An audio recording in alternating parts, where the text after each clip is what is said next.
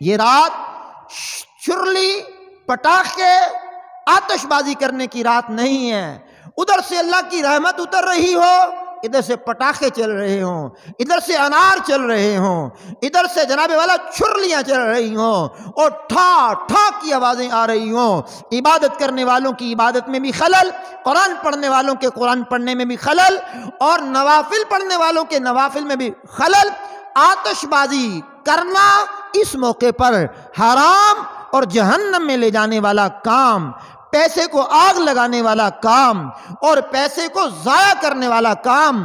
وَلَا تُبَذِّرْ تَبْذِيرًا إِنَّ الْمُبَذِّرِينَ كَانُوا إِخْوَانَ الشَّيَاطِينَ کا فضول خرچی نہ کرو، فضول خرچی کرنے والے شیطانوں کے بھائی ہیں، اور شیطان اللہ کا بڑا ہی ناشکرا ہے۔